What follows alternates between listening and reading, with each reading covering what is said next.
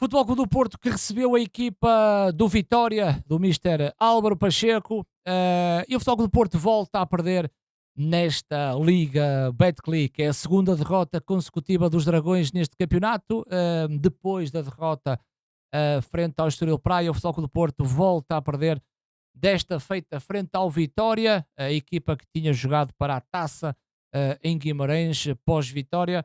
Vitória que vem com dois golos, ou que teve dois golos no Dragão.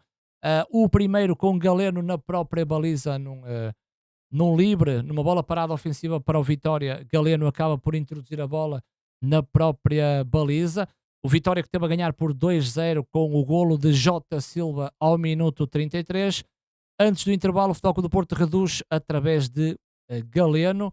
Seria importante o golo antes do intervalo, Porto a perder por 2-0, para que no momento dos 15 minutos mágicos, Sérgio Conceição pudesse intervir e do outro lado o Mister Álvaro Pacheco, naquilo que foi a estratégia para jogo, e digo já bem montada, dava então continuidade nesta segunda parte, ainda à procura daquilo que o jogo fosse oferecendo. O Futebol Clube do Porto com duas ausências de peso e por castigo, portanto Otávio e Evan Nilsson ficam de fora, para Fábio Cardoso, que não teve o melhor jogo da sua vida, e a aposta em Dani Loader na frente.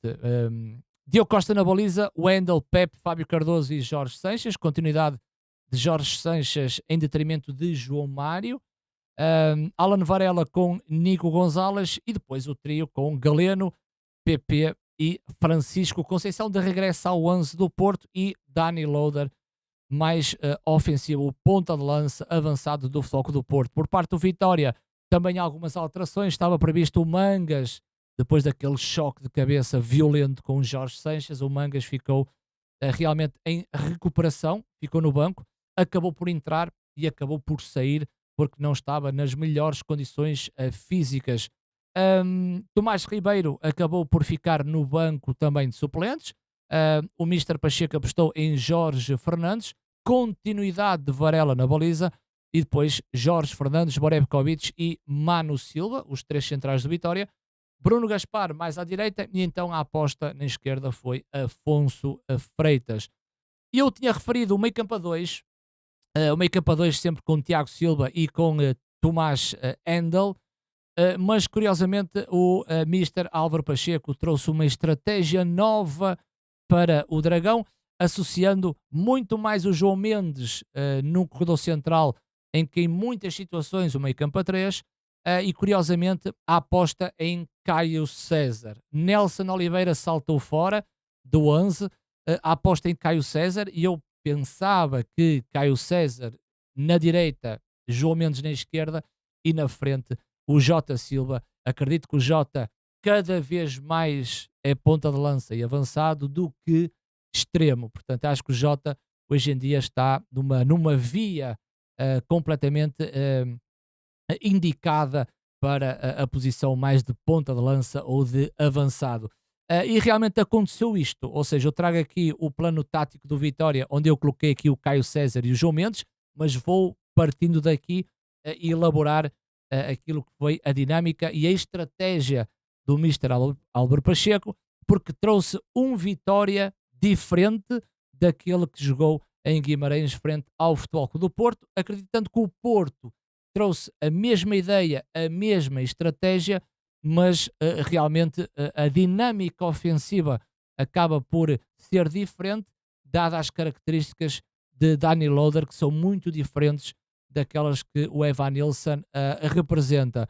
Numa primeira parte em que o Vitória acaba por marcar, como eu referi, golo na própria baliza através de Galeno, numa bola parada ofensiva. Galeno, ao cabecear, a bola acabou por entrar, e creio que a partir do golo, eu creio que o Futebol Clube do Porto foi tentando sempre ameaçar a baliza de Varela, e nem sempre o último terço estava definido. E este é um problema que o Porto tem vindo a trazer num curto espaço de tempo, porque o Futebol Clube do Porto tinha dificuldades na concretização, que era a forma como tu chegas ao último terço, e depois essa capacidade de finalizar.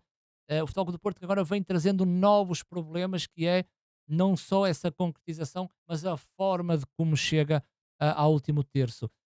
O Vitória, em termos estratégicos, daquilo que o Mister Pacheco definiu, acabou por estar quase na perfeição.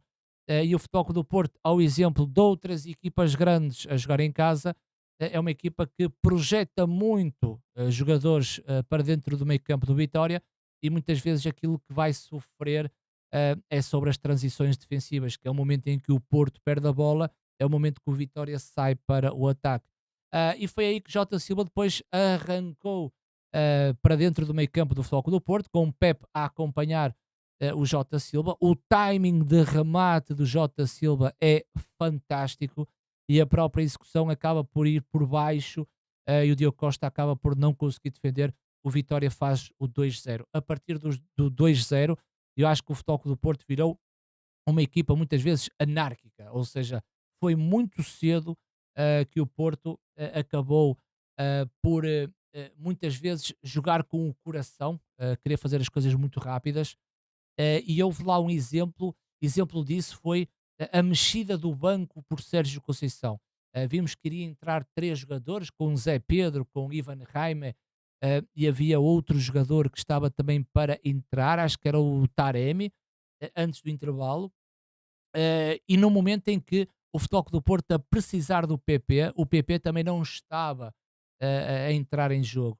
E nesse momento o PP aparece no momento que o Vitória estava desorganizado em termos posicionais, o PP aparece muito bem nas costas da linha média do Vitória, e acabou por fazer um passe excelente para Galeno.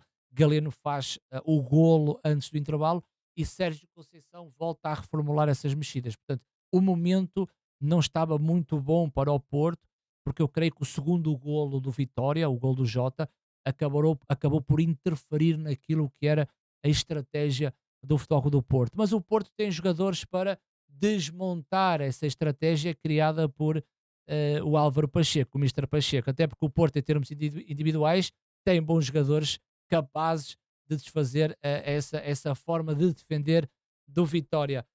Até porque depois aqui no quadro tático eu irei depois tentar dar a minha opinião sobre a forma como a Vitória veio para o Dragão, diferente daquilo que foi em Guimarães. Quando o Vitória faz a substituição do Nelson Oliveira, o Vitória passa a ser aquele Vitória que foi em Guimarães frente ao Futebol Clube do Porto. Na segunda parte, eu creio que os problemas continuaram por parte do Porto. Não sei o que é que Sérgio Conceição disse ao intervalo, mas realmente os problemas continuaram na equipa do Porto, mesmo fazendo as suas alterações. Zé Pedro entra ao minuto 46, Fábio Cardoso fez um jogo para esquecer mesmo. E a necessidade de entrar Zé Pedro fazia surgir porque o Fábio Cardoso estava muito mal naquele setor mais defensivo. Voltou a mexer aos 56 minutos, coloca o Ivan Raime, o que faz com que o Nico acabe por assumir as despesas do vértice do triângulo, e uma base centro-esquerda, Ivan Raime, centro-direita, o PP, e mesmo assim foi insuficiente por parte do Porto. Várias mexidas, mesmo com Taremi, com Tony Martínez, o próprio João Mário, que acabou por entrar para a direita, acabou por ser uma situação que não é pela troca do jogador, e muitas vezes pela troca da estrutura, que a equipa, dentro de sérios problemas e muitas vezes mentais, tu vais ter resultado. Tu podes ter resultado como podes não ter. E hoje o Porto não teve. Por parte do Vitória, acho que, na minha opinião, no futebol sem bola, na organização defensiva, há dois jogadores que são fundamentais.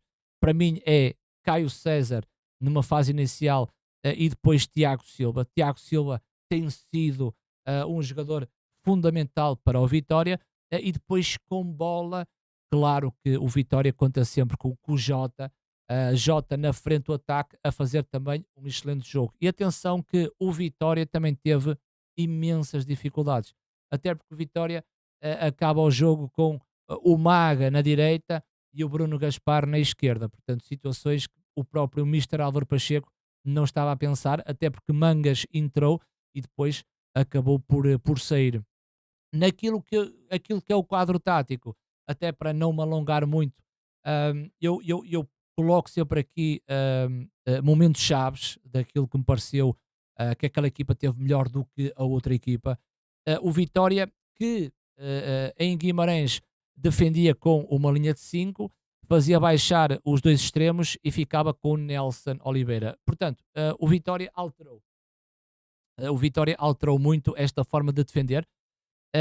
E vamos colocar então o Futebol Clube do Porto a atacar com Francisco Conceição e com Galeno, com Dani Loader e com PP, preferencialmente a jogar nas costas do Wendel e do Tiago Silva, sabendo que este Futebol Clube do Porto, Sérgio Conceição, vai puxar o Nico, ficando então o Varela. Portanto, o Futebol Clube do Porto acabava por ter dois interiores, o Nico um pouco mais à esquerda, o PP um pouco mais à direita, e depois a relação intersetorial iria depois depender das movimentações de Galeno e de Francisco para que os jogadores associem os outros jogadores de outros setores, como o Jorge Sanches e como o Wendel, ficando o Pep com o Fábio Cardoso. Ora bem, o Vitória, e esta foi a grande diferença do Vitória, o Vitória colocava aqui o Jota Silva nesta referência. Muitas vezes o Porto tem uma saída a 4, portanto, Wendel e Jorge Sanches na linha dos dois centrais, um pouquinho à frente. E o Vitória trouxe aqui uma alteração, que foi o Caio César e o Jota Silva. Eu acho que aqui tornou um pouco a dificuldade na construção do Porto, mesmo uma construção mais alta, não uma construção mais baixa, mas uma construção mais alta. O Vitória, com a tal linha de 5, muito bem definida, e depois definia aqui os três médios. E eu estou a falar que o trabalho do Tiago Silva foi muito importante.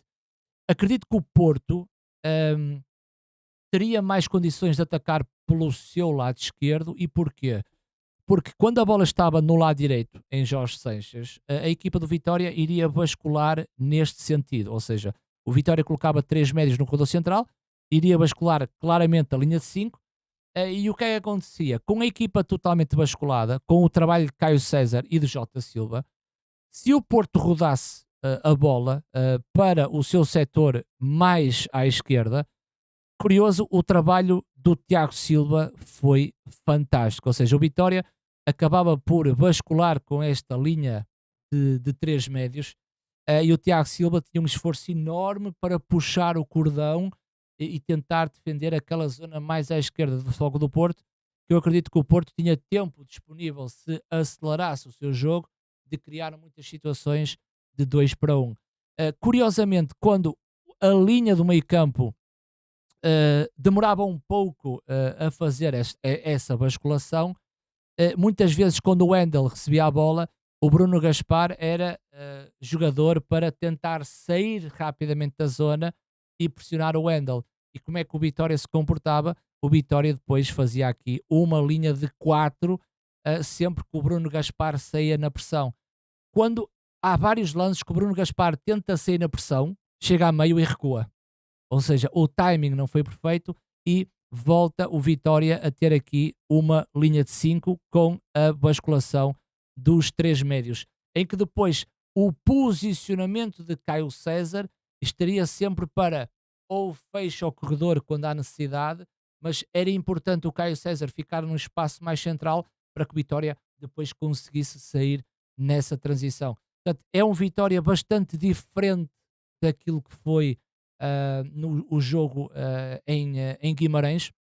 E o Futebol Clube do Porto, quando faz o golo, já vamos ver as imagens, é no momento que o Vitória está um pouco desorganizado, e é aqui nesta zona que PP vai receber a bola. PP nas costas do Wendel e nas costas de Tiago Silva, que depois faz com que Galeno aproveite o último passe e Galeno a fazer o golo. E falar um pouco do Porto, há uma grande diferença entre o Porto com Dani Loader e com Evan Nilsson. O Evan Nilsson é um jogador que joga muito bem de costas para o jogo, é um jogador que joga em apoios frontais, mas é um jogador que define muito bem as diagonais curtas entre os centrais e os laterais, ou seja, é nestas diagonais curtas que o Evan Nilsson tem como imagem do seu jogo esta assertividade do último terço. Ora bem, o Dani Loader é um jogador muito diferente. O Dani Loader tem a necessidade de ter a bola. É um jogador que desce muito ahm, através do seu posicionamento, em que depois o Porto perde uma referência naquela zona. E foi aí onde apareceu o Galeno a fazer o golo. É um Porto com Dani Loader, que eu acredito que o jogador é um bom jogador. Dani Loader é um bom jogador, tem uma margem de progressão enorme, mas até que ponto a aposta em Dani Loader para aquilo que o Porto está habituado a fazer foi uma boa aposta. Porquê? Porque sabe-se que o Futebol Clube do Porto é uma equipa que ataca a toda a largura, principalmente com os seus extremos. O Francisco Conceição já consegue receber a bola em espaços interiores para que Jorge Sanches acabe por subir no corredor, mas o Galeno a receber bolas de costas para o jogo acaba por ser curto, na expectativa de que é preferível Galeno jogar aberto e o Wendel acabar ir por dentro. Numa zona em que o Porto preenche muito bem, mesmo que o Francisco esteja aberto, é a zona onde entra o PP e entra o Nico. E daí não percebi a tal necessidade, em termos de características mais técnicas, de Dani Loader a sair muito do espaço para que o Porto continuasse a ter a posse de bola. Eu acho que a estratégia do Vitória foi muito bem conseguida. O Vitória que volta a ter a mesma estratégia quando mete o Nelson Oliveira. Nelson Oliveira acaba por se fixar mais no corredor central e depois puxando o Jota Silva para um dos corredores. Volta a ser o Vitória do 5-4-1. Acho que o Porto, bem cedo e na primeira parte, acabou por perder esse discernimento. E acredito que as equipas grandes, mesmo a perder o discernimento, são responsáveis por tudo aquilo que fazem. E eu creio que o Porto tem jogadores para fazer a diferença, principalmente a jogar em casa, e eu creio que tem. E o Vitória foi rato nisso. O Vitória pressentiu que o Porto não estava bem e foi à procura também de incomodar o Porto.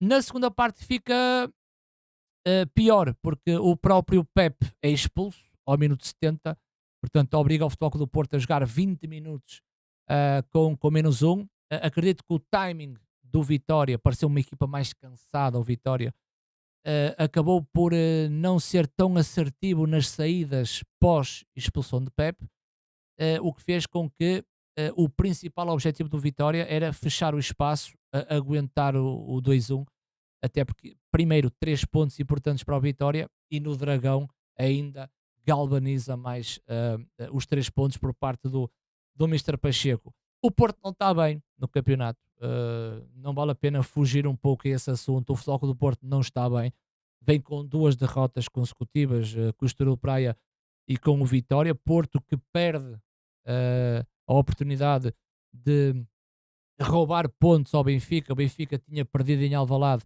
o Futebol Clube do Porto não consegue conquistar os 3 pontos em casa para reduzir a margem. E mesmo com isto, o Braga, que acabou por perder, o grande vencedor da jornada é curiosamente o Vitória, e também o Sporting que venceu o Benfica. Portanto, nesta jornada, os vencedores, claramente o Sporting e o Vitória, que deixa depois aqui a tabela classificativa para os últimos 6 jogos, sabendo que o Sporting tem menos um jogo que tem que efetuar com o Famalicão, mas deixa aqui uma situação a pensar, né? Olhando para aqui, o mérito para a equipa do Vitória por conseguir ser uma equipa competitiva e estar cá em cima, mas um demérito principalmente para a equipa do Porto, que é uma equipa grande, não é?